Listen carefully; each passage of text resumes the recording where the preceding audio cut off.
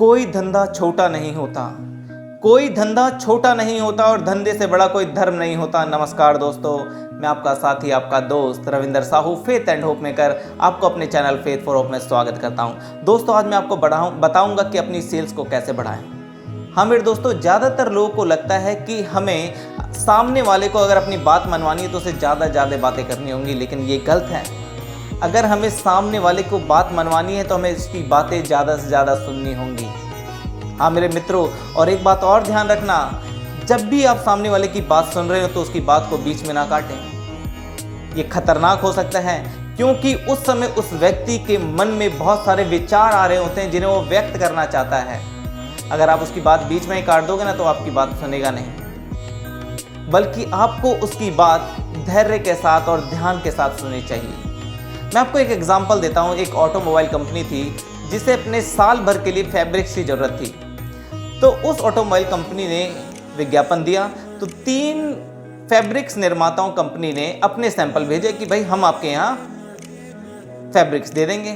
तो उस ऑटोमोबाइल के एग्जीक्यूटिव्स ने तीनों सैंपल्स को अच्छे से जांचा और तीनों फैब्रिक के कंपनियों के मालिक के बोला कि भाई आप अपना एक रिप्रेजेंटेशन भेज दो ताकि जो हमें बताएं।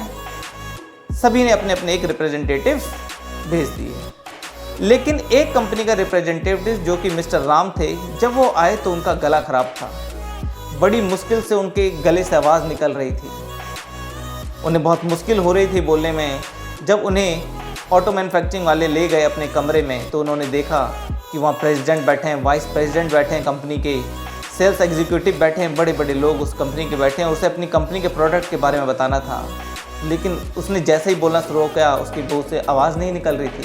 तो उसने एक कागज़ में पूरी वीरता का प्रदर्शन देते हुए, उसने बहुत साहस करते हुए एक कागज़ पर लिखा कि मेरी गला खराब है, मेरी आवाज़ नहीं निकल रही है। तो उस ऑटोमोबाइल कंपनी के प्रेसिडेंट खड़े हुए, बोला कोई बात नहीं, आप बैठ जाइए, मैं आपकी तरफ से प्रेजेंटेशन दे देता हूँ। उस ऑटोमोबाइल कंपनी के प्रेसिडेंट ने उसके प्रोडक्ट के बारे में बताने स्टार्ट किया, उसके प्रोडक्ट के गुण के बारे में बताने स्टार्ट किया, उसकी प्रोडक्ट की क्वालिटी के बारे में बताने स्टार्ट किया, और एक बहस सी छिड़ गई।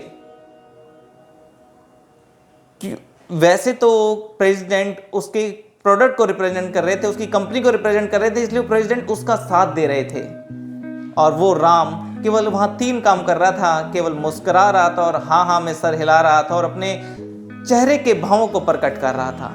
और आपको पता है ये कॉन्ट्रैक्ट किसको मिला? ये कॉन्ट्रैक्ट राम को मिला। राम बहुत खुश हुआ, उसने बोला कि आज से इतना बड़ा कॉन्ट्रैक्ट आज से पहले मैंने कभी नहीं लिया था। उसे 16 करोड़ का कॉन्ट्रैक्ट मिला मेरे दोस्तों। राम ने बोला अगर मैं खुद भी बोलता ना तो भी मैं ये कॉन्ट्रैक्ट नहीं ले पाता, क्योंकि मेरे विचार ही गलत थे। हाँ मेरे दोस्तों, इसलिए बोला जाता है कि आप सामने वाले की बातों को ज़्यादा से ज़्यादा सुनें। अगर आपको अपनी सेल्स को बढ़ाना है तो आप उनके बारे में ज़्यादा सुने, ना कि अपने बारे में ज़्यादा बताएं। मैं पूरी उम्मीद करता हूँ आपको ये कहानी पसंद आई होगी, और आप भी इसी तरीके से जब ज़्यादा बातें सुनेंगे दूसरे वालों की तो आपका भी सेल्स बढ़ जाएगा। धन्यवाद। जय हिंद, जय भारत।